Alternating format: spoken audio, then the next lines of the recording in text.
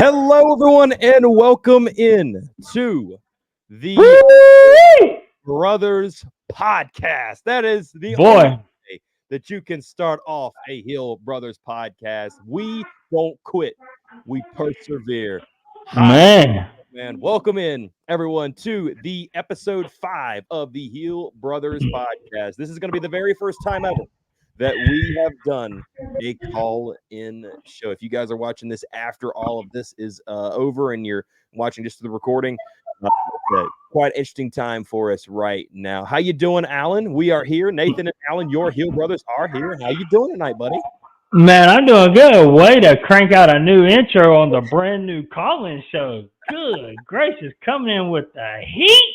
Yeah, I'm not gonna lie. I literally worked up on that thing all the way until we got on here. Literally, that was on my that was something I was working on all evening. Do I sound good? Everything cool? Everything sound No, great? you sound good. Do I sound good? No, am I You all do. right? Am I still in that You little bubble thing?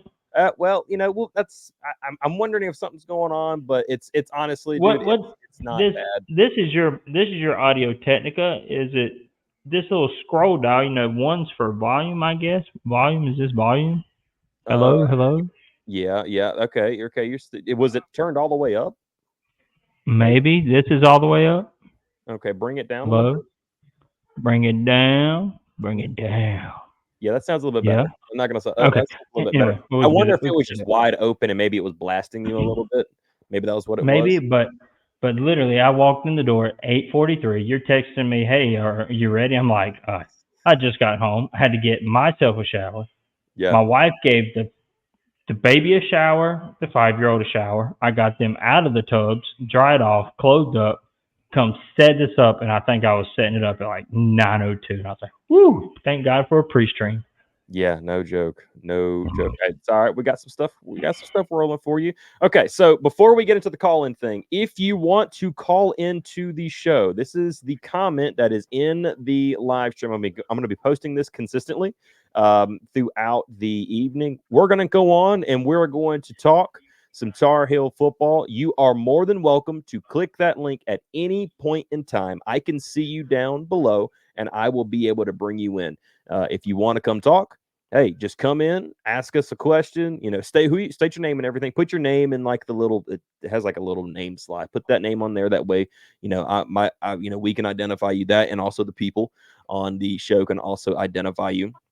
And we'll talk some Carolina football really quickly. Looking forward to this show tonight. Going to be the first time we're ever trying this whole on-call, in-live show call thing that we're doing.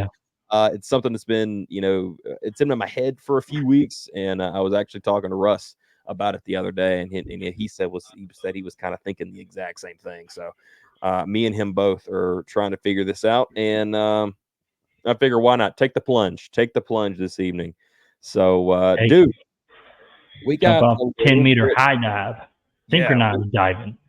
we got a little bit of we've got some stuff happening today. So before we could even get into football talk, we have some very quick, very quick basketball talk to get into. So real Oh, the quick, old round orange ball, huh? yeah, Talking yeah. You would not think the we're not pigskin, really thinking about the that right now, orange but ball. yeah, we're not looking to talk about that stuff anytime soon, especially with everything going on in football season, considering it kicks off right in a couple of weeks. But dude, we have a new transfer, kind of came out of anywhere. And here we go. So Tyjon Cloud, I think I'm saying that right. I think Tyshawn, does that sound right to you? Sounds good to me. Tyshawn Claude, a Whatever 6'8" makes power whatever forward. makes their book float. Yeah, a power forward from Georgia Tech has committed to play his final season at North Carolina. This is a guy that last year for Georgia Tech, actually against the game that Georgia Tech beat North Carolina, he played a pivotal role in that. Just he's a gritty guy, and to me, I am excited about this pickup. I know a lot of people are like, "Oh, well, does this really put them over the top?" And I don't think this move is for that reason. I believe you make this move to bring in Claude, because he possesses that. Number one, he can offensive rebound. He was a great offensive rebounder last year for Georgia Tech, and actually throughout his career, he's been really good with offensive rebounding. But also, he brings a gritty mentality that you saw Hubert bring in last year. Um, he wants to he wants people to be gritty on defense. He wants to get after it. North Carolina was one of the better defensive teams in the country last year, and you saw it was an automatic shift from that second season where Carolina did not look good at all on defense. So good to see that this move was made by Hubert, and he's going to bring you defense. He's going to bring you kind of that Patrick Beverly type pest for the other team. Kind of, people talked about Cormac Ryan last year. He says, that guy, that's a guy that you're going to want on your team instead of having to face that guy, but just because he can just be a pest to you. So I like the pick. Right. Alan, what are you taking from this pickup of Claude? Yeah, I mean, he's a veteran. He's coming in. Been there, done that. He's seen. He's well traveled. He's seen the schedule. He plays in the ACC. A little undersized for the front court, but he's got a really high motor, so he's always going to be moving, always going to be guarding, really taking out on the offensive rebounding. That's quote unquote his specialty. I would go to say, he's a really good offensive rebounder. Not a threat from the outside, so he's going to be that post player, that's looking to score in and around the basket. But yeah, added depth for the front court, because we're a little thin there. Jalen Washington, if he works out, we're going to have somebody to spell Jalen. He can't play all 40 minutes because the man's going to get tired. You play 40 minutes of North Carolina basketball, you're going to be tired. So we're going to have some depth, and this is just an added piece to that roster. And hopefully he works out. Grabs us a couple offensive rebounds, gets a couple putbacks, averages 4 to 8 points a game with 2 or 3 offensive rebounds, 5 or 6 defensive rebounds. I call that a win. I do too, man. I'm right there with you. I absolutely like this pickup. I think it's going to be good for North Carolina. And what a better way to come into North Carolina than on basically like moving day. Over here, the past couple of days, everybody's having moving in day. And, when you're moving in, dude, you got to have some like move in gifts, right? If you're coming to a university like North Carolina, you're getting the transfer, you're transferring in and everything. You should get some move in gifts for coming in. At least that's my thing. I'm one of those welcome to the neighborhood type guys myself. I don't know if my brother is. I guess we'll find out right here in just a second. But I'm definitely one of those welcome to the neighborhood type guys. You give a little Hey, gift. no, definitely. Welcome to the neighborhood. Right, welcome to the neighborhood. So what better way Welcome. to welcome somebody to the neighborhood than giving them a great homemade delicious pie? Introducing Nisi's Pies, a lovely Tar Heel friend of ours, Tori Clyburn, a guy who's been on this podcast a couple of times, as a matter of fact, has created himself a nice little business, and we are here to promote it. Nisi's Pies, homemade, handmade, sweet, and delicious. That's what you get when you order from Nisi's Pies, home of the best sweet potato pie ever made, and that sucker is pretty daggum good. Reach us on Facebook at Nisi's Pies or place an order at www.nisispies.com. That is NICEYSPIES.com. Nisi's Pies and Sweet Treats. So good. I am really looking forward to getting one of these Nisi's pies right here pretty soon. It looks like I've kind of lost my brother there for a second. Maybe a quick little technical difficulty there. That's all right. That's all right. We'll go here for right now. Hi, how's everybody doing? Yeah, these things are really good. If you are in a 40-mile radius of the city of Charlotte, North Carolina, you can order one of these pies and it will be delivered to you. Now, currently, right now, Tori is only able to actually ship the sweet potato pie that is. And I believe he is trying his best right now to get to where he can actually ship the lemon cream pie. He has 2 pies currently, and he's working on it. He's brand new. to the scene right now, and he's getting his business up and going. So if you're a Tar Heel that wants to support other Tar Heels, be sure Nisi'sPies.com. Go over there and take a look, or even just give them a follow on Facebook and boost them a little bit if you don't mind right there. Nisi's Pies and Sweet Treats. Alrighty, we got some football to talk about today. I have been so into what's going on in the football team this year. I'm not gonna lie, I really like this team that Mac Brown has assembled. I think they've done a really good job. I think Jeff Collins is the right guy that we need on the defensive side of the ball. I think he's the guy that you wanted to bring in to boost up the morale of your defense, but also um, get them to playing where they are a physical and chaotic and free football team on the defensive side of the ball. And I specifically say free for a reason. You've heard Des Evans on the interview scene. You've heard Kamen Rucker interviews, Marcus Allen interviews, Elijah Huzzy interviews. Each one of these players have come out and specifically said that, hey, we're playing free.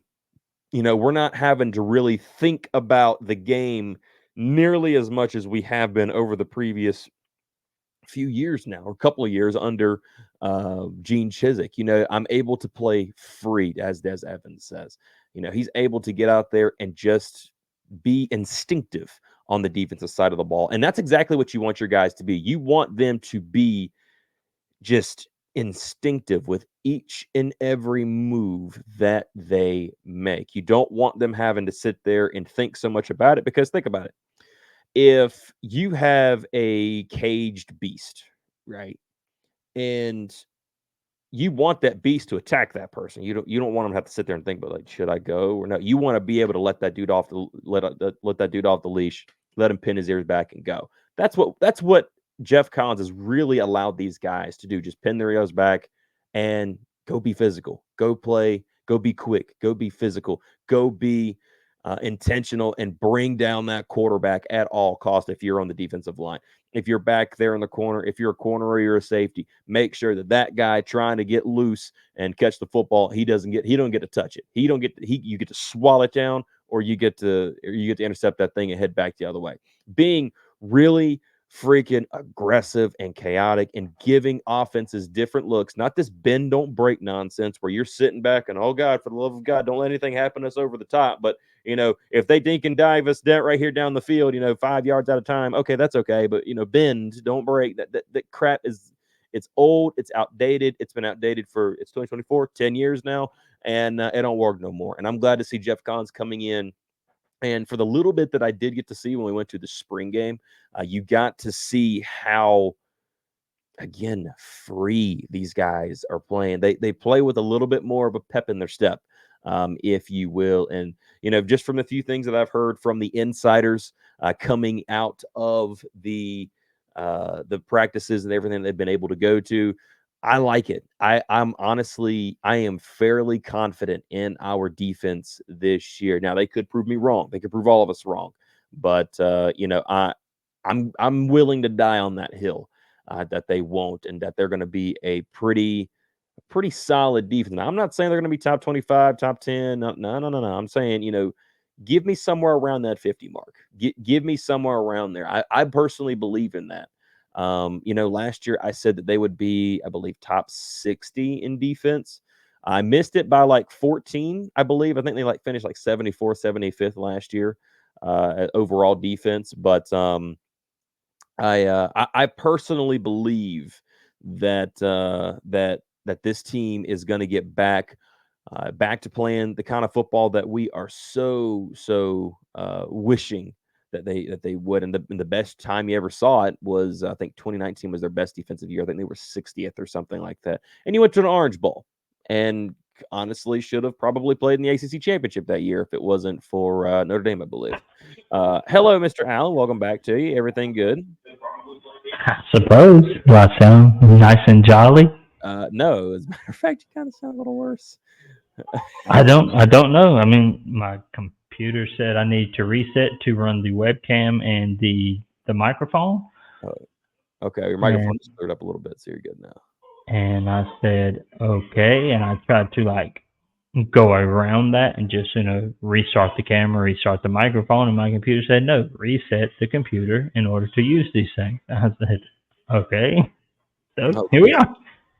Nice, nice. Hey, that's all that matters, man. You here, you've made it. That's all that matters. So Um, tell me about these pies, man.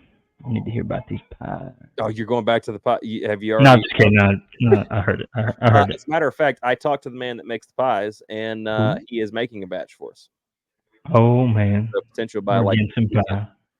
Yeah, we're Oh, we're gonna get pies for some the pie. I'm weekend, ready to try the lemon cream. I'm very excited about that. Sweet potato, it's good stuff. baby. So good. So okay, dude. I was talking a little bit about Jeff Collins and this defense, just a smidge. I don't know if you got to hear any of it, but Jeff Mm, Collins has come in and allowed these guys to play free. We've heard about it from Dez, Kamen, Marcus yeah. Allen spoke about it. Elijah Huzzy spoken about it. What do you think Hmm. about Collins being in? And let's just bring in let's just talk about the simple fact of them being able to play free. What does that do for guys like Des Evans, Travis Shaw, Kamen Rucker? Your corners, your safeties. What does that do for them? The ability to be able to, you know, take so much thought and hesitation out of it, and for them to Yeah. spin their ears back and go do their job. Well, I mean, I thank you for just answering the question you just asked. It allows them to pin their ears back and go do their job. But I mean that's generally it. His thing is his as in Jeff Collins' thing is look complicated while being simple. Yeah. So you want to Disguise, confuse the disguise, disguise. offense, as in you don't want you confuse them so that they don't know you're saying running a cover two, or maybe they think you're running a cover two, but you're really, you're going to bring one of those safeties down as a blitzer, or maybe the corner is coming off the wide receiver, and then the safety's going to cover the receiver. But you don't know that because you don't know what kind of you don't. They're disguising their look to confuse you at pre-snap. Then after you snap the ball and you think you have one hot read and you throw that hot read, well, oops, there's Elijah Huzzy on a blitz, and you just threw it right to him because you thought you had the hot read. Right. So I mean, you want to look complicated while it being simple. And from everything that I've heard, everything that I've gathered, looking complicated and actually being simple is working out in the defense's favor so far. The players seem to understand Jeff Collins' concepts really quickly. They're picking up on the concepts really quickly, and they're enjoying playing for Jeff Collins so Yeah, I far. think they love that man, quite frankly. It seems like to me um they've really taken to him a whole lot. When they ask, what's it like playing for Jeff Collins? The smile immediately hits their face. And not only that, I think Jeff Collins has done a really good job. Because let's talk about Gene Chizik for a second. Gene Chizik's personality. He was a guy that was more standoffish. He was a guy that didn't. Mm, You wouldn't look at that guy and say, "Oh yeah, he's going to bring everybody together and let's go do something." Let's go have some fun. You look at Jeff Collins and his energy, whether it be in his press conferences or on the field, he is always that rah rah guy. He is high energy, high intensity. Hey, when somebody does something good, hey man, good job. Good job, man. You're making this better. Mac talks about it all the time. When Mac said that when he stepped into the building for the first time over there at the football center, just immediately guys just went to him like magnets. And him bringing that, I think, is going to, and they've already talked about it, brought the team closer together. The chemistry, you've already heard about chemistry and just that camaraderie amongst the team, which is only going to make your team better because guess what? They got to communicate on the field. If they don't know each other, mhm. the likelihood of that happening probably isn't going to be as good as you would hope it to be. So to see them, getting after it, do you think something just on chemistry, do you believe that's going to help them be a better defense? Well, of course. I mean, chemistry is a big thing. When it comes to passing off receivers in the secondary, the corner and the safety have jobs. Like they're supposed to play that their coverage a certain way. Mm. So if the cornerback is to say the playing zone or some kind of zone man concept, if the cornerback is to pass off an inside slant and the safety is supposed to come down and cover that inside slant or whatever, then you as a corner want to have faith that that safety is going to do his job, and that if you do pass it off, that he's going to be there. Or maybe y'all just do it's some kind of or you're in a scramble drill, and then the chemistry is really well.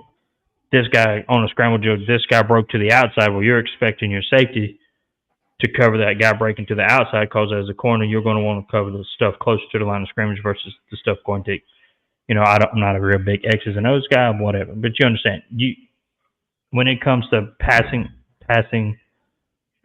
players, receivers off in the secondary, you're going to want that chemistry with the guy behind you. No, you want to know what he's thinking, and that way y'all can mesh together well. Yeah, I thought, Collins talked about it when he first came in this past season. He said he felt like out of all the film that he watched, and he watched every single bit of North Carolina's games, he definitely said that. And even Mac talked about, even when he came into the interview, he had already pre-watched and already had solutions for the problems that he was seeing. But one of the biggest ones is he felt like there was a lot of miscommunication. I mean, how many times That's have we seen a safety and a corner go with the same wide receiver, and exactly. then somebody's just streaking 30 yards downfield wide open because the safety and the corner either A, didn't communicate the pass off, or they didn't know what each other was doing, and they just left one guy running wide open down the middle of the field, and it's just a simple pitch and catch and rah rah to the house. Absolutely. You hit it right there. Spot on. I watched it a lot in Minnesota. Not Minnesota. I don't know why. I'm still thinking this year football season. I'm West Virginia. I saw it a lot during West Virginia. And also when we were, we almost went to that Duke game. What happened in the Duke game? So much of it that we made Grayson Loftus look like he was a Heisman contender. You would think by watching that game, why they need Malik Murphy over there? That guy's gonna do wonders over there for Duke. No, you saw that so much over the last couple of years, and think about it. Last year,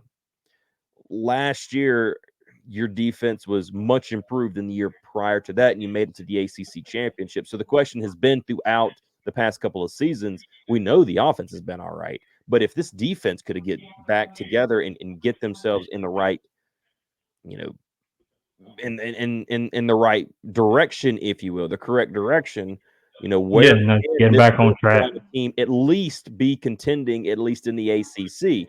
You go back to 2019, because I think a lot of people are starting to a lot of the insiders are starting to compare this team and what it's going to do to be a very similar team to that 2019 team, and because that was your best defensive year. That I think they were ranked 60th, somewhere in that 60 margin, and they played complementary football on both sides. The talent level wasn't quite there yet. You didn't have Yeah, your star talent everywhere. So you take that with a much more talent now. If you've had 5 years, almost 6 years of recruiting, and now you can kind of see where this team's going. But I want to flip it over to the offensive side.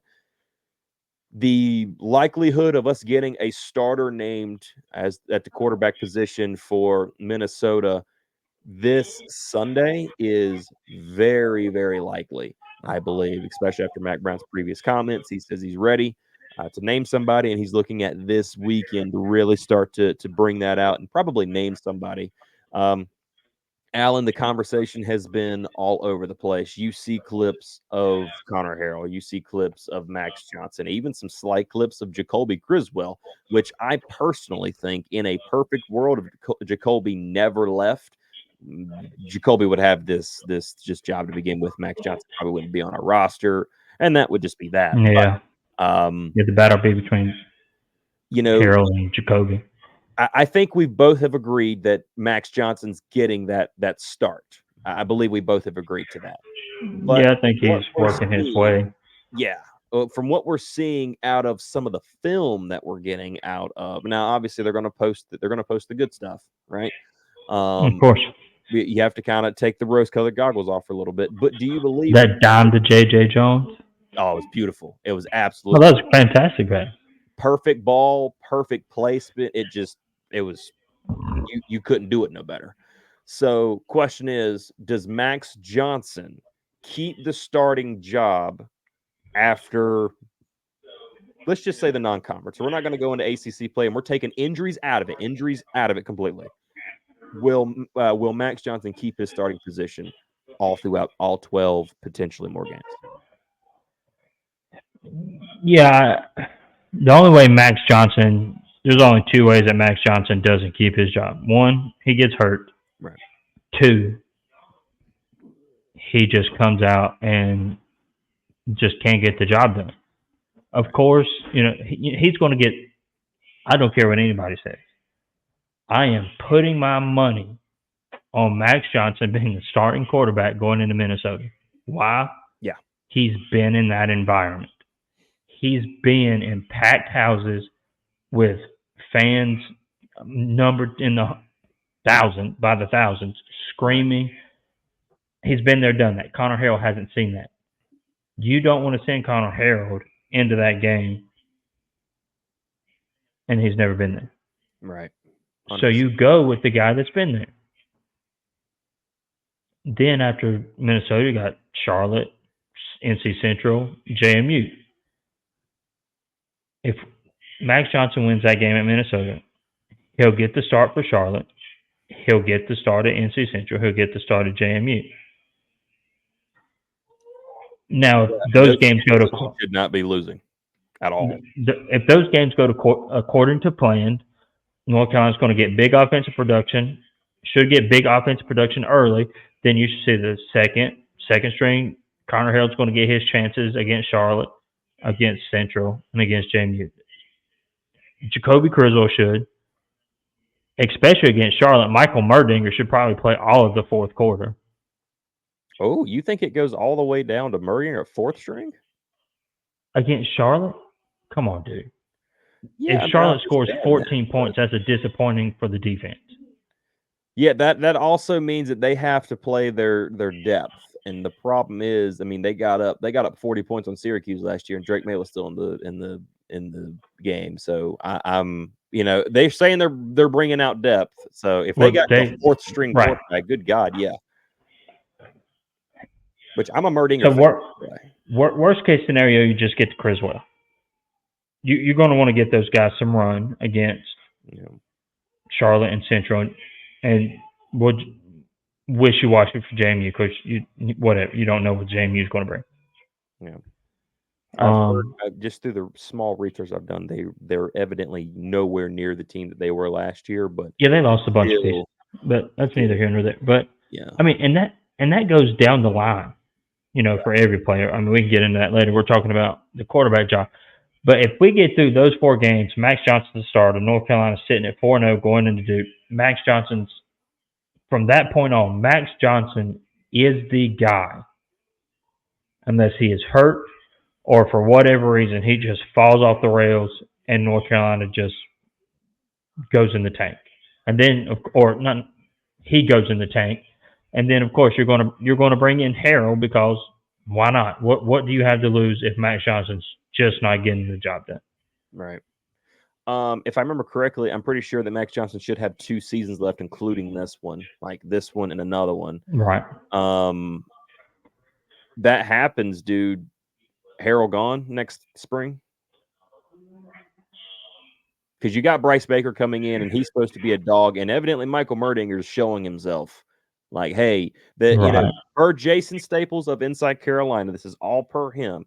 He says that 1 and 2, the race is close, right? Then there's a good bit of separation, and 3 and 4 are close. 3 being Jacoby Criswell, obviously, and 4 being Michael Merdinger. That guy's throwing the football. I saw him in person myself. I like this kid. He wears a 17, by the way. There you go, Alan. There's your number. But Ooh, I'm he 17. I have a feeling that number one, I think Bryce Baker's that dude. I think he's going to come in, and I'm not saying he's going to play freshman year. He very well could. Who knows what's going to happen? Yeah. But I think he's going. I think him and Merdinger are definitely your quarterbacks of the future. I don't know about Zayd a lot. I really don't know much about him yet, but I think those two guys are your quarterbacks in the future. I think that could be a very interesting. Right. So Did I miss a question? yeah. So like, should Harrell probably maybe move on? Oh, I mean, I mean, I'm not saying he should. I mean, because injuries happen. Injuries happen. That's true. Um, that's tough, man. I mean, you don't want to lose anybody to the transfer portal, but Connor Harrell's going to want to play football. Yeah, he's a loyal But he's dude, a but he's going to want to well, play. he's a redshirt sophomore right now, currently redshirt sophomore Yes, sir. Yes, sir. or a He's true redshirt backup. freshman. He's redshirt sophomore. He was true backup last year to Drake. His redshirt year So was yeah, I the same mean, year with like Drake's first year when Drake and Jacoby were back and forth at it. so right. So yeah, I mean, he's going to want to play football. Redshirt sophomore, you haven't got a crack at it. You go somewhere, but you don't want a Jacoby Criswell situation where you go somewhere, hopefully to get the job. You Right. go somewhere where you know you're going to get the job. Right. Um, I mean, that's difficult, but Hold on a second. We have our first caller of the evening. I hold on a second. Let me make sure I get the right thing here. So I'm curious to know what the question is going to be of this. Here, I'm going to change directions a little bit. Introducing our very first caller of the show. Someone we both happen to know very well. He is a part of the Hill brother family. My nephew, Alan's son, Bryson. Hello, buddy. How are you? Good. Yeah. hey, kiddo, What's your question for the Hill brothers? Go Hills. Go Heels. Go Heels. go Hills, baby. Yeah. Wait, Bryson, do it with us together. And as always, Go go Hills. Heels. Go That's it. Hills. There we go. There we go. Hey, we're raising them right. We're raising them right. That's it. See you, buddy. Thank you, Bye. buddy. Bye, bud. There we go. That's what we need right there. First, Way to kick the show. Way to kick the calls off. If that don't make you want to join the call-in list, boy, what else is going to? viewers, that is he put you on the spot. He really did. He put you on the spot. So other people need to go ahead and hop on in there and check it out. Hang out with us for a little bit. But yeah. So bigger question. What is the probability that Max and Connor both play this season in a 2 QB system? Oh, I would think that's probably pretty high. I would think that they use Connor in a wildcatish type way. Okay, okay, I'm picking up what you're putting down. I mean, he can throw the ball, he can run the ball, he can hand the ball off. Right. If Connor's in the game, it's going to be a lot of RPOs in the right situation. Does that make sense? Right. Um, and that's how many plays a game. That's strictly up to Chip Lindsey. But I don't foresee it being. It's less than. I would be surprised if he comes in for more than 10 plays a game and stuff like that. 10 plays to me is high. Whew. Well, yeah, and I mean less than 10. Right. Just for the simple fact, Right. if they were both right-handed or both left-handed, Right. that would make it easier. That is a point that I want to preface a little bit because I But brought it up in a one's recent left, video. one's right. Right. That the wide receivers absolutely need consistency because they've mentioned it multiple times. I'm talking every one of them, Nate, JJ, Bryson Nesbitt, Copenhaver. They've all mentioned this, that it's different when the ball comes out of the hand of Max than Connor. One's right, one's left. Velocity, zip off the ball. It, the way a person puts the ball up in the air and the way it's going to float is going to be completely different Yeah, than the that. tail, even the way the ball tails off on the deep ball is going to be different left-handed to Right. right-handed. You're a baseball guy, right? You can't tell me that you're judging a ball from a pitcher, if he's right and if he's left, you have different ways that you have to pivot towards that. Am Right. I correct? Yeah. Yeah. No. No. No. You're 100% correct. Being a right-handed batter, if you're facing a right-handed pitcher, it takes a split second longer for you to pick up the ball in the pitcher's hand versus a left-hander. A right-handed matchup, a right-handed pitcher and a right-handed batter, the pitcher can really hide that ball behind his leg, behind his head, and until he really has to come downhill to let that ball go, you're not going to pick it up. But that left-hander, when you're a right-hander, you're going to pick that ball up a long ways, a couple seconds, well, a couple seconds, but sooner, a little bit sooner than you would with a right-hander because he can really hide that ball. Versus a left-hander, you're going to see that ball way before he gets to that release point. Right.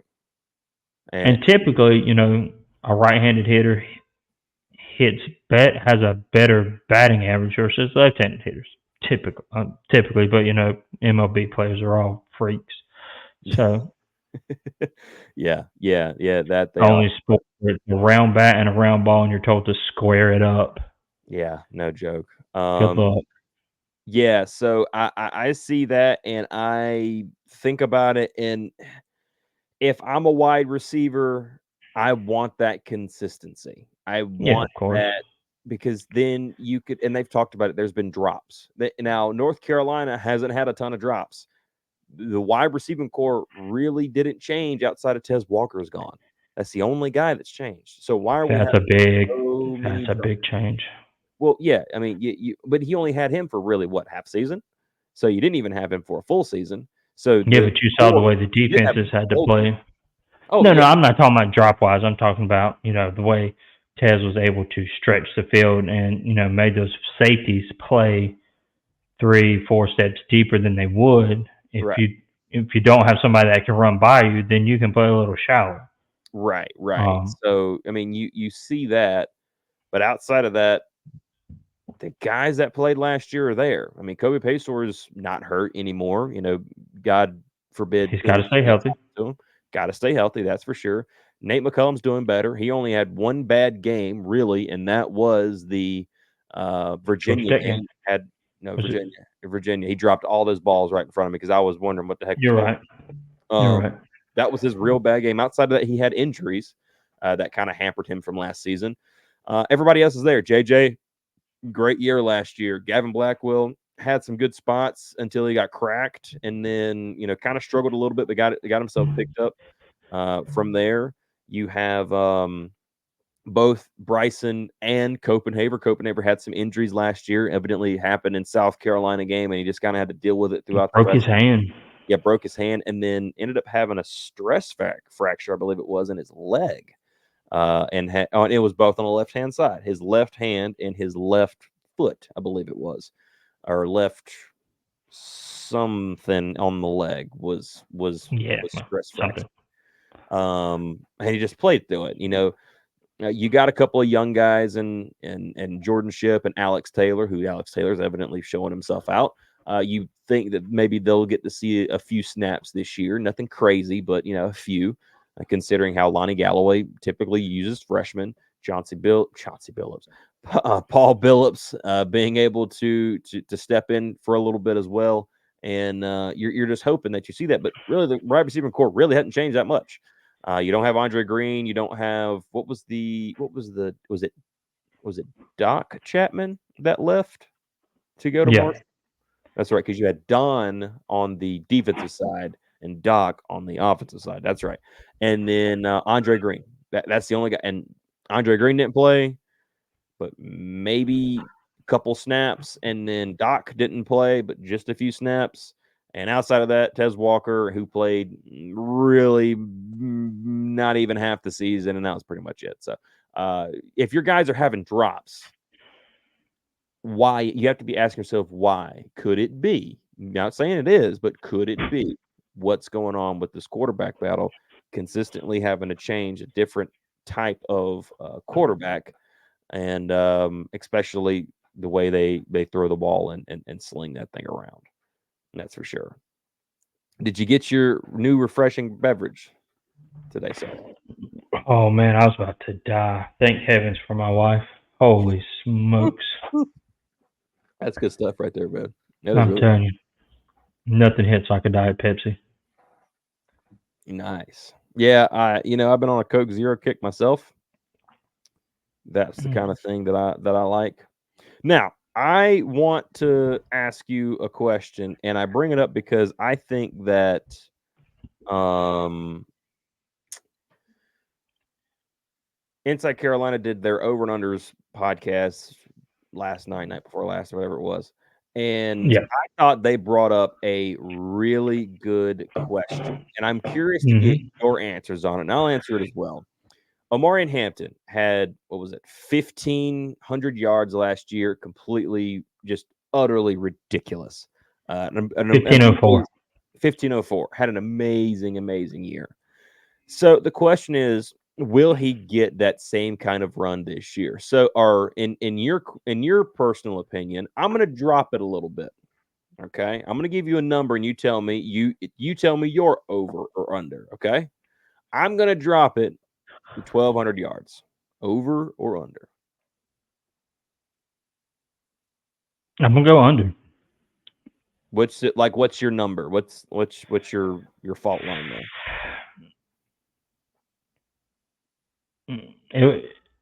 It, I might agree with the guys from Inside Carolina. That 1100 yard mark. That's probably going to be close, Yeah, especially if Darwin Barlow is as talented running the ball as they think he is. right. Right. I Yeah. understand people have this whole thing of, oh, he played at USC but never even played but just a few snaps. I mean, come on now.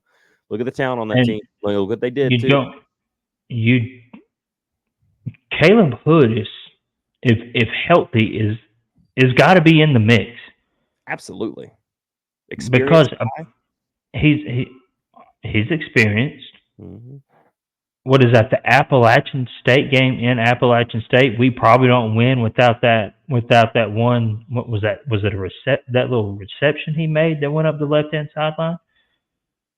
Yeah, I know what you're Where talking he about. where he broke two or three tackles to get the first down on like a huge first down that North Carolina needed.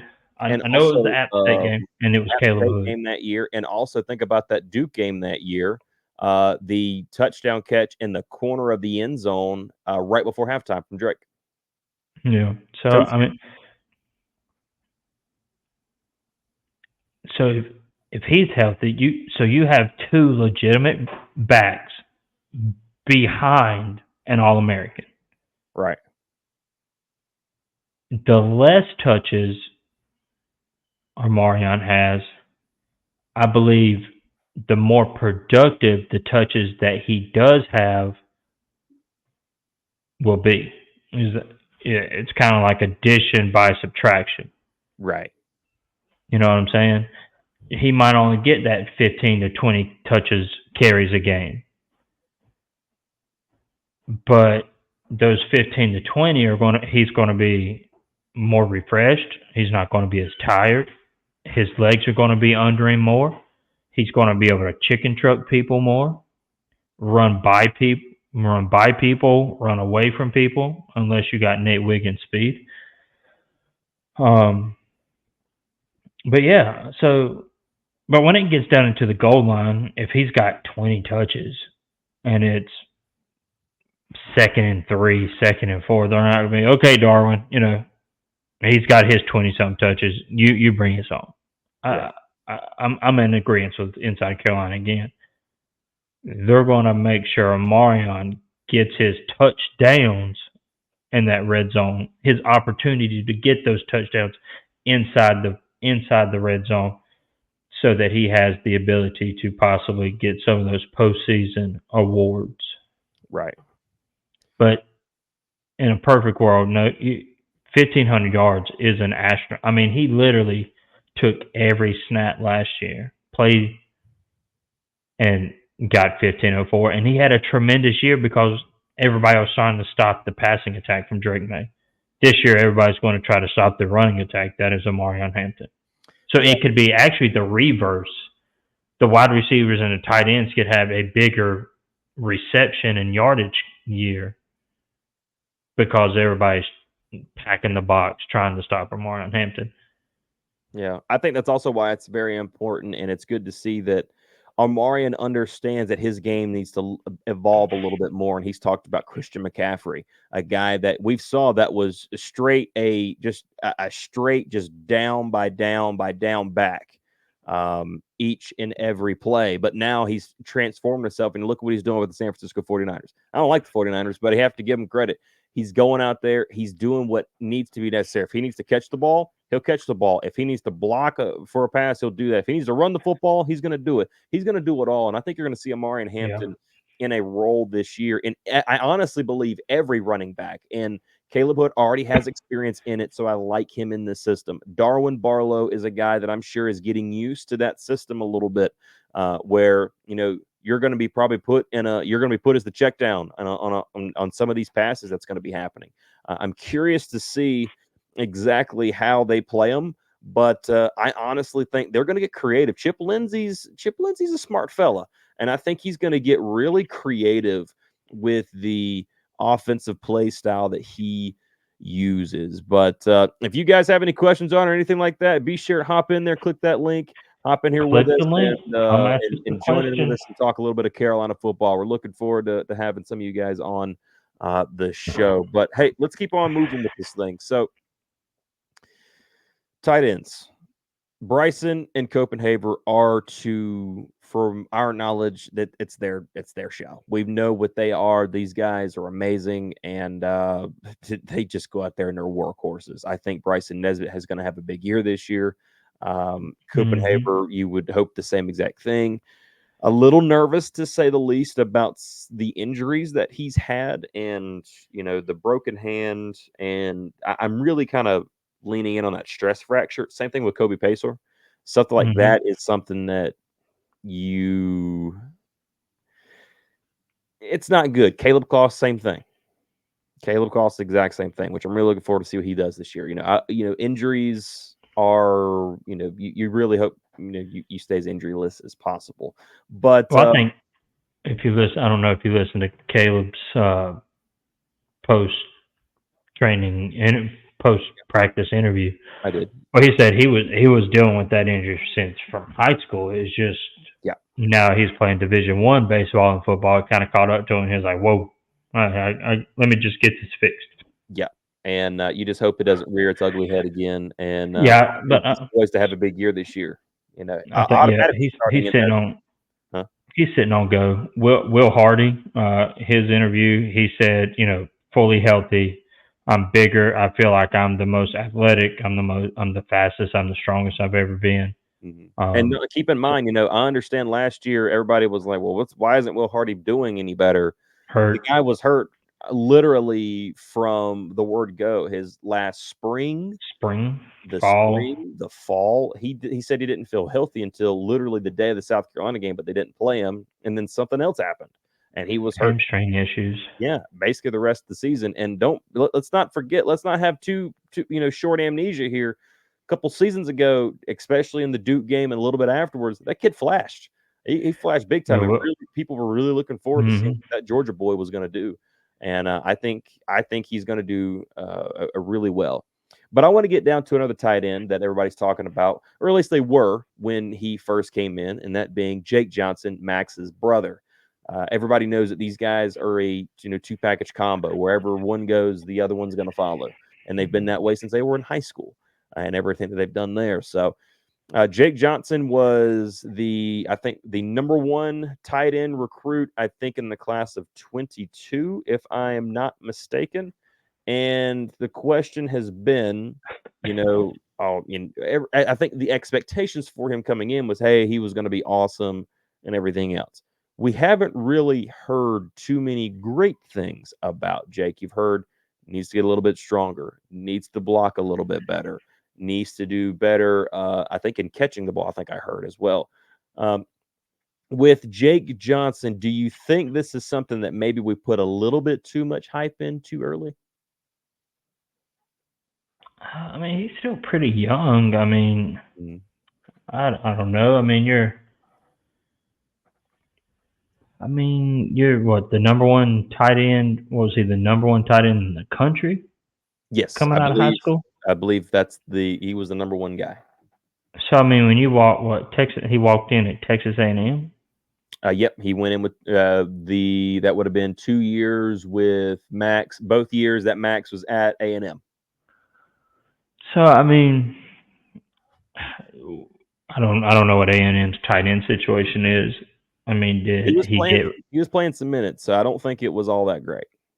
I don't know, but I'm theorizing here. um? I mean, you got Freddie Kitchens, right? He's the tight end coach. Yes. Good guy to So have there. I mean, he's behind two of the best. So I mean, I would say in the country, yeah. he's got two to lean on, two veterans that's been there and done it inside this system. Right. He's got a coach that's definitely been there, done that.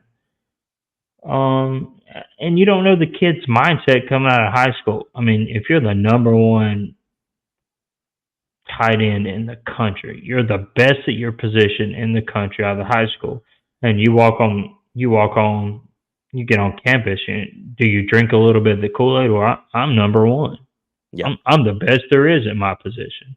What are you? I mean, and I'm not saying he's like that. Don't get me wrong. I'm not accusing him of being like that, but there's a player on the UNC roster right now that was highly touted at his position and hasn't seen the field. Yep. And And you so know who far, I'm talking about. so far, I believe that on this depth chart, he isn't even considered. So You got freshmen it, getting to start over him. Banfield, Banfield, Yeah. he's going to see the field Yes, he as will. a freshman. And Yes. everybody had the questions about this Three-star freshman. individual. Will he see the field as a freshman? Yep. He hasn't seen the field as a junior. That's right. So there is people with that for whatever reason it doesn't work out. Maybe he hasn't taken it as seriously as he should because or for whatever reason, you know, or maybe he wasn't in the right system. Maybe he gets in this system. Maybe Freddie Kitchens teaches him up, and when Copenhagen and Nesbitt move along, he's the next guy, or he's the next in line for a number of guys that we have coming in because you got Freddie Kitchens recruiting the tight end, some of the best tight ends in the country again for UNC. Right.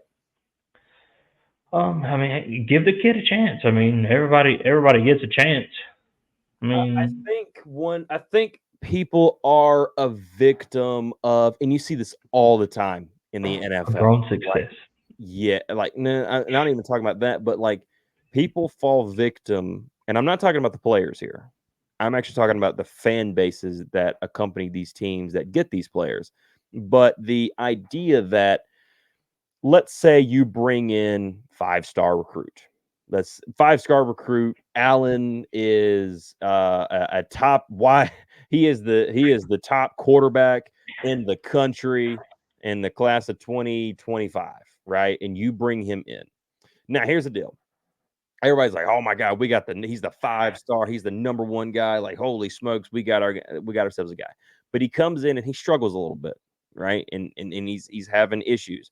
People come in and expect these 5-star hyped players, number one round one, pick one draft picks, pick three, pick two, all these top impact draft picks to come in and immediately just have world breaking success when they have to realize Mm-hmm. that there is a system. They're coming up from another level, whether it be from high school to college to the NFL or the NBA or whatever. There takes time to get adapted and to train. And just because a player has been in a system for, let's say, a couple years, like Jake, doesn't mean he's been in the best system. You can still have bad Mm-hmm. coaches. I, I I love the guy personally. He's done a lot for North Carolina. But let's talk about the differences that Jason Jones has had on the corners in DB room versus Dre Bly. And you see the differences there. The instinct is different. You can see the mindset is different. It's being taught a different way, a way that is a lot more helpful to the team and productive. Same deal here. If Des Players can play. Yes, if Des Evans comes out this season and has a breakout crazy year, you have to ask, was it really Des Evans or was it maybe the system Des Evans was put in? But Question. can players teach? There you go. And Dre Bly was a fantastic player in college, Absolutely. in the NFL. hmm That's the question about a But lot of former players becoming coaches, head coaches. That was the question about Deion Sanders a few years ago and whoever else. but maybe he can't teach it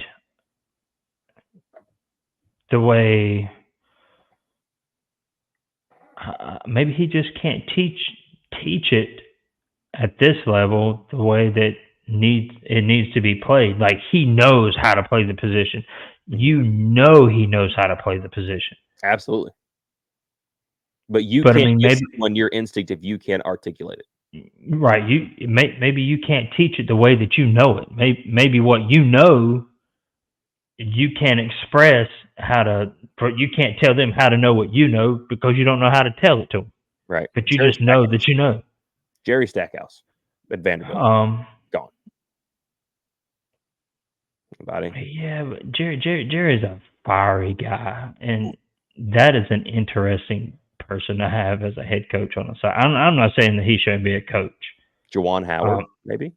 Could we throw him out there? I mean, just different players that have come in to coach and it hasn't worked out. We're getting ready to see if JJ Redick can do it with the Lakers. Anyway, that's neither here nor there. yeah, But yeah, that'll be yeah, interesting. I think JJ, I know he's he a is good a guy, but smart basketball mind. he is. He is. He He is definitely smart. is. Yeah, We'll absolutely. see if he has like.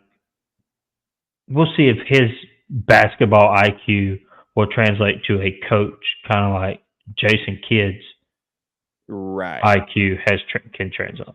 Right. And I think Jake Johnson being in this, I mean, you saw the tight ends have come out, guys that were really nobodies, coming in and playing, guys like Kamar Morales coming out. I mean, Kamar Morales was kind of an afterthought, but just come in and just played in the system, and he was coached very, very well, and they made something out of it. You saw Deems May come in the bowl game and look. I thought he looked pretty solid, quite frankly, and he's a Yeah. walk on.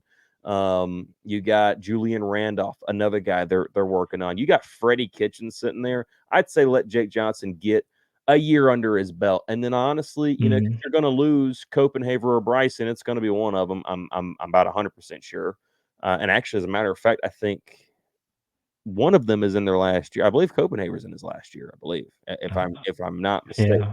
So they're going to need a guy to step up, and Jake's going to have to be that guy unless they bring in some superstar studded tight end or Julian Randolph takes another step or, Deems May takes a step or whoever else.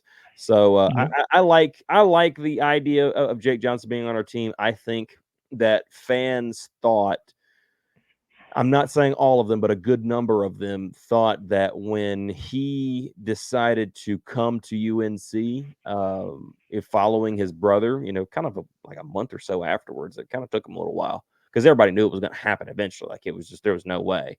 If it did, it would shock everybody. But that when he came, he was going to be he's the number one guy. Like everybody was asking, how in the world does Jake Johnson come in and help? Because you've already got 2 stars, and he's going to jump one of the spots, and one of them's going to get mad. I'm like, well, maybe he's not quite ready for that yet. But who else better to learn from? Freddie Kitchens, Bryson Nesbitt, and John Copenhagen. Yeah, I that's I a pretty think good room.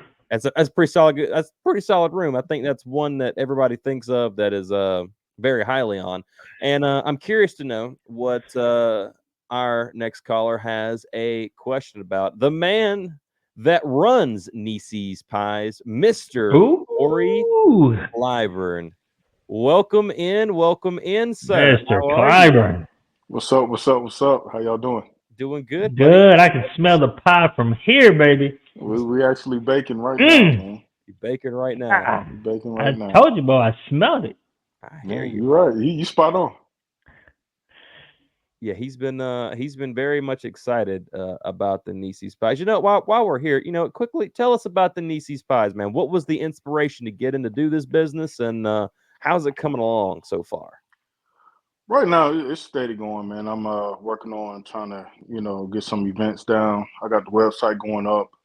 Just got to work on marketing to get myself out there. But all that costs money, so little bit, step by step. I'm still, working, trying to save up money, and all that good stuff. But it started from me. I wanted a good sweet potato pie. Back in the day, I would eat sweet potato pie. I'm like, this is nasty. Like, what are y'all doing? It was nasty, man. But I wanted a good one, so I said, why not just make your own? So Right. I actually went in the kitchen and started working and working, and my mom was like, you know what? This is actually good. You might have something. I do have, like, I was a cook in the military. I was a 92 golf. That's what they call a cook in the military. So I know the basics. So I know how to cook. But just with the pies, I mean, it just started taking off. When I make the sweet potato pie for the church, I did not have one person say something was off or it was bad or it didn't taste good. Everybody likes my pies. I haven't not had one review yet so far. So I just ran with it, man. So right now my best seller is the sweet potato pie. I do have a lemon Vouch. cream. I can vouch. You can vouch. I do have a lemon cream pie. My mom helps me so that my mom used to be called Nisi back in the day when she was a kid growing up. Still to this day, her mother, my aunts and uncles, and even my stepfather, when we was kids, they all called her Nisi. And so when I think of good food when I was a kid, most of the time the person who cooked that food was your mother. Yeah. Right. So at the Agreed. end of the day, when you want to get a good meal, you think of your mother. I want something to eat. She'll cook breakfast, lunch, dinner, whatever. And most of the time, it was always good, man. It was always hitting. So when I think of good food, I think of my childhood, and I think of my mother, Nisi. So I call it Nisi's Pies because I want to take you back, man. I want to take you back to the good old days when you eat my pies.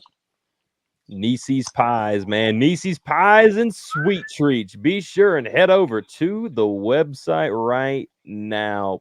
Best way for them to get a hold of your pies if they are in the around the Charlotte area. You can go to www.nisiespies.com, or you can DM me on the Facebook, Nisie's Pies on Facebook. Be sure and give him a like and a follow. But also, he's not only a man that makes some quite delicious pies, and I'm so excited for Alan to be able to try them. But Oh he my is God, I can't wait. also a Tar Heel as well. He is a Tar die-hard. Heel. There we That's go. it, boy. Die-hard Tar Heel. So my question is, what do you think about the football team? Are there any questions for us about this year's football team? I mean, how? Okay, so we seen last year and the year before. It There's the was tie. pretty. Yeah, you hear the oven going off. You hear the oven going off. Oh, that's the timer. It's You thought I was playing. I'm really cooking up the pies. it's But pie time. That's perfect advertisement. Let's right. go. Going into this season, I mean, the the question for me is, how do you think they going to be better than they was last season? How do they stack up against the year before, and when Drake May was at the helms about for a couple years? Alan, You want that me to sounds you like want an me to Alan run with it? question there. There you go, Whoa, buddy. Alan question. Unfortunately for Drake, Yeah, I know. UNC decided to field a competent defense the year after he left. Yeah, If you listen to our collaboration with Russ. Tar Heel Huddle, Russ, um, I said if Drake May was on this team, North Carolina would probably be the favorite to win the ACC. Just because North Carolina finally has a defense. Their secondary is probably going to be one of the best secondaries they fielded in since 2015. Yeah. You got Elijah Huzzy, Marcus Allen at your corners, Will Hardy. DeAndre Boykins is coming back from injury from last year. They transferred him from star to safety. Caleb Cost, who played started the West Virginia game at star. He's going to be a big time physical enforcer in the run game. And then you still have Amarion Hampton on the offensive side. And then, the biggest question on the offensive side is going to be who's your quarterback? And if you listen to these podcasts, the overwhelming majority thinks that all you got to do is have a game manager. And for what it looks like, Max Johnson's has the most experience of being a game manager. Nice. So Yeah, I think this team has the ability to be better record-wise than the two that Drake May was a part of. Yeah, if I had to pick, the last couple of years, you went 9-5. You started out 9-1. The last year, you started out 6-0. You ended 8-5. The question being, is this team better than that? I think those teams were better than that. Maybe not so much the first season under Drake May, the 9-5 season, just because you won a couple of games you probably shouldn't have won there.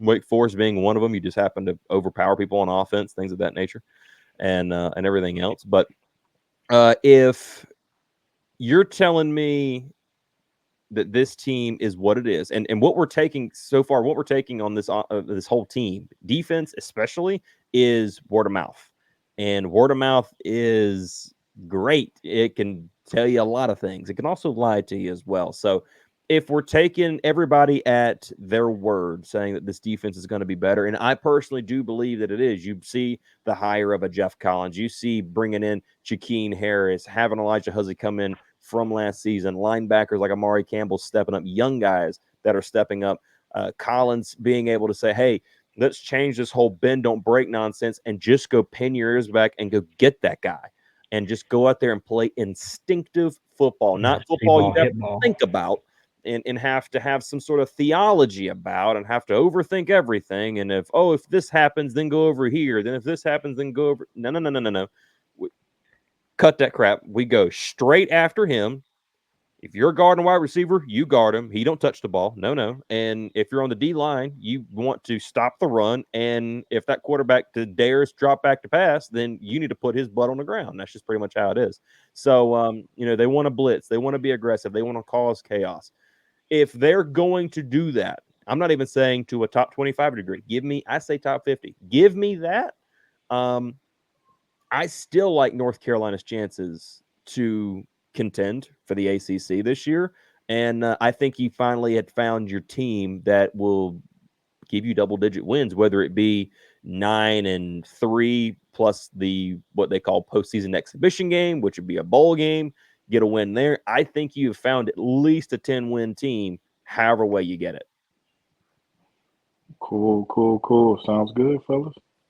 1 year too late. Yeah. 1 year too late. Yeah. Yeah. Now, if Drake stayed one more year and said, you know what, I don't want to go to the Patriots, I wouldn't have blamed him. And I want to come back to the Tar Heels. By God, this team is you should expect them to be in the 12-team playoff. And if they are, playoffs, playoffs, 12 teams, this team would have to be in the 12-team playoffs. And if not, then Mac Brown probably needs to go home. Just putting it that way. So dude, this team would be scary if Drake May was on this team. yeah, and I mean, Scary. North Carolina started out that way last season, and nobody was scared of North Carolina's defense. No, not the well. I mean, after the South Carolina, everybody was like, "Oh my God, look at this!" I mean, all of us were like, "Holy crap, look at the defense after South Carolina game." It was crazy. Did you miss the snippet in the Over and Under show today? Talking to me? No, I missed Nathan. Anything. They said that they had figured out South Carolina's snap count. Oh yeah. They had figured out everything. Which is why they were able to get off the ball and sack Spencer Rattler 9 times in that game. Yeah. Oh yeah, absolutely. When you find secrets like that, and hopefully do the same thing for Max Brosmer and the whole Golden Gophers up there. Can't wait to talk about them pretty soon. But Monday. Yeah, we appreciate you, Tori. We're gonna hop out of here, and as a matter of fact, what we're gonna do very quickly afterwards, I think we're going to give our preseason preview and prediction. We're giving our prediction, our season predictor that we're going to be recording and have uploaded by this Friday. But Tori, appreciate it. Bake those pies, NisisPies.com, www.NisisPies.com. You can go put it in the comments. Put it in the comments. That's it. Put it in the comments right there, Tori, and I will pop that thing up for us right here as we're getting ready to close out. Thank you, buddy. I appreciate you, fellas. Thank you. I appreciate you, buddy. All righty, man. Good to have Tori in here with us to end the owner of Nisi's Pies. Go get some pies, support a Tar Heel, and enjoy it one mouthful at a time. Yeah. The last time he gave me a sweet potato pie, it was gone by the end of the day. He gave it to me earlier in the morning, and it was gone at the end of the day. Just me, nobody else. Just me. I can smell it from here. Yeah, yeah, it was a sinful day. Anyway, gluttonous. Any last comments, questions, concerns before we get out of here this evening?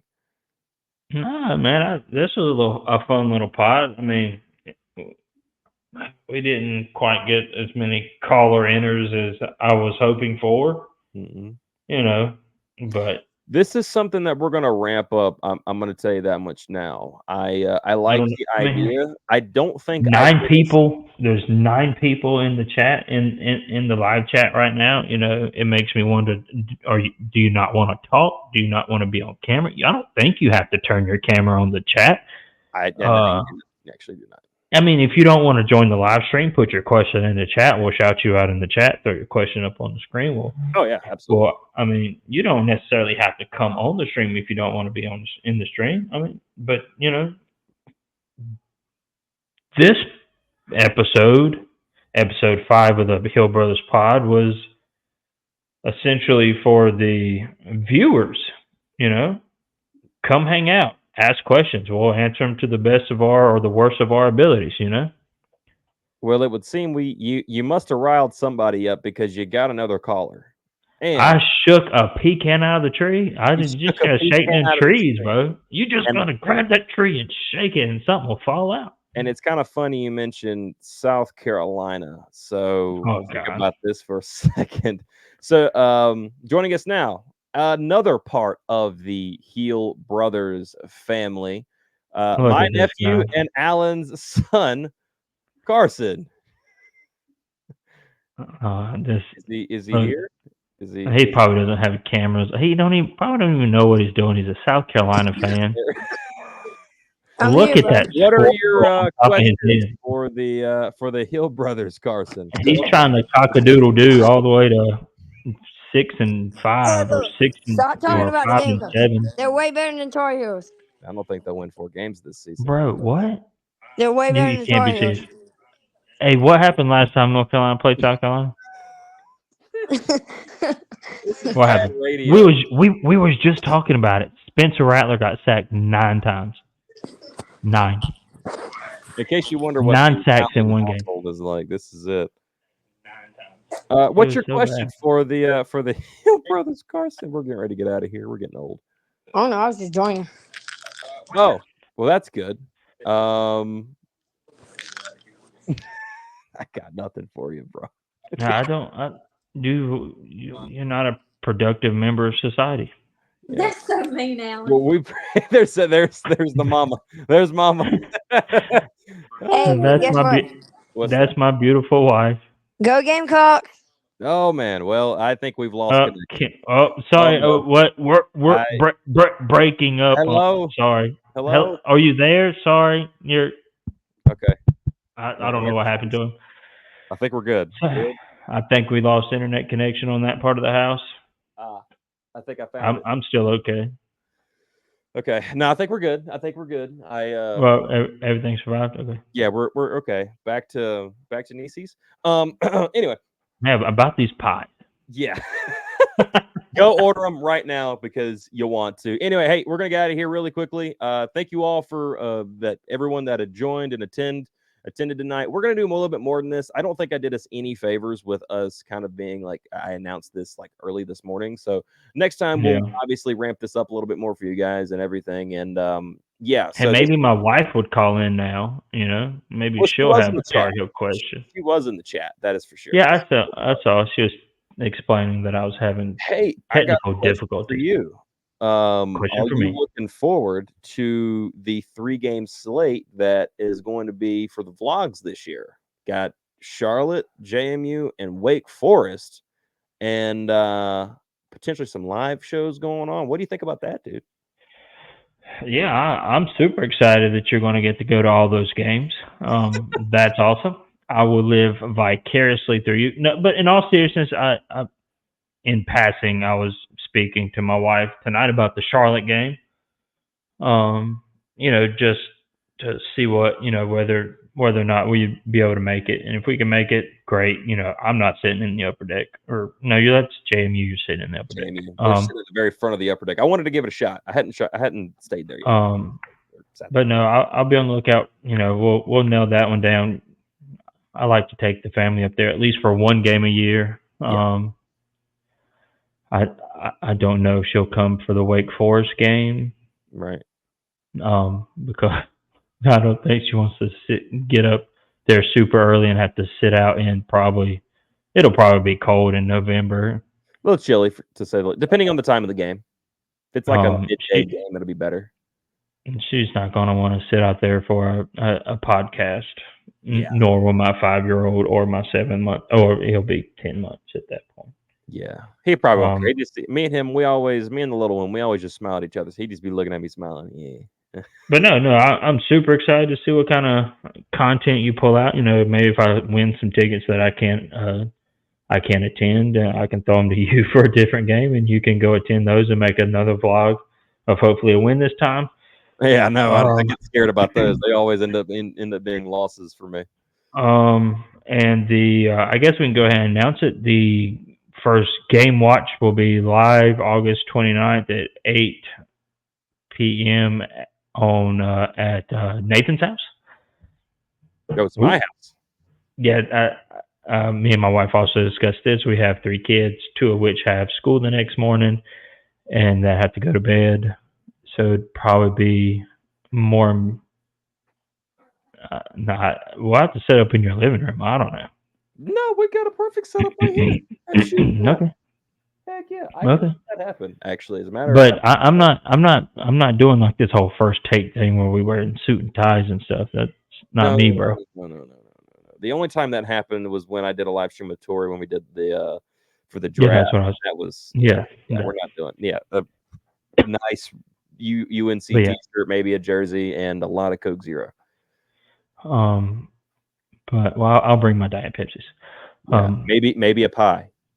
Oh, maybe a pie. Maybe we buy a pie for the show. maybe we buy a pie for the show. I've got an idea about a pie in one of these vlogs, but hey, that's just neither here nor there. Let's get out of here, man. Thank you all for watching. Thank you all for being here. We absolutely appreciate you guys. We look good, We though. look good, though. Corey's still in the chat. I love it. Yeah, you did. Pie for the show. Hey, mark that down. I got the calendar. I'm marking that down on the calendar. Yeah, we're going to. What pie do you want? You want a rock, paper, scissors for? Since you haven't had any, I'll let you pick. And also, you're punting a football very soon. Potentially. Oh yeah, we do have to punt the everything football. goes. Depending on if it's available, we're getting you to punt a football this weekend because that would be just hilarious, and I cannot wait to see. Oh, wait a minute. So I thought we were doing 3 punts each to see who the better punter was. Yeah. It's more or less tailored for you, just because you made you issued the challenge. So to yourself. Okay. I mean, that's fine. I'm not going to back down from the challenge. Right. You know, I might pull a hamstring, tear a quad, whatever. You go down in the name of glory. Nah, I might kick that ball, son. I'm like, kick it. You understand me? Yes, sir. Yes, sir. Oh man. All right, man. Thank you all for watching. Thank you all for being here. Be sure and keep it locked to the Hill Brothers as we continue to go through the football season. We have the scouting report that is already up. We're already working on the next scouting report with Charlotte, trying to figure that out. If you happen to know an NC Central podcast, please let us know. I will try my best to get in contact with them. Alan is a real MVP for Charlotte because he happened to find the Charlotte people that we're going to be doing the podcast with, and I'm just ironing out a date right now with them as we speak. So we got the Charlotte down. Still looking for Pittsburgh, Wake Forest, and Boston College, along with NC Central. Outside of that, everybody else is scheduled, and we are set to go with that. Been very grateful for everybody that has agreed to do it, and I'm trying to bring on the best creators that I can for you guys, people that we know, to give you guys the best content as possible. Really enjoyed the Minnesota Scouting Report. If you haven't watched it, be sure and go watch the full thing.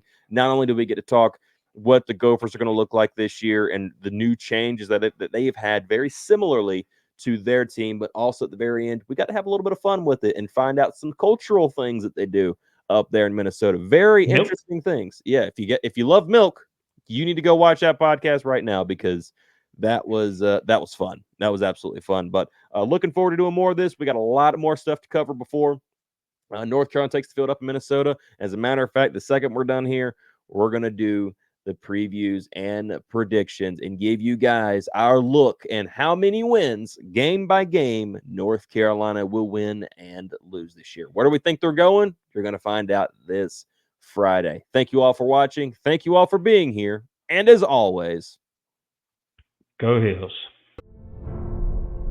From 6-0 to falling off the mountain in the Queen City. A tale as old as time. Every year, questions arise. Why? Is Mac too old? Is it time to start over? I say, no. Because we don't quit. We grind. We get stronger. We persevere. Why? Because we're Tar Heels.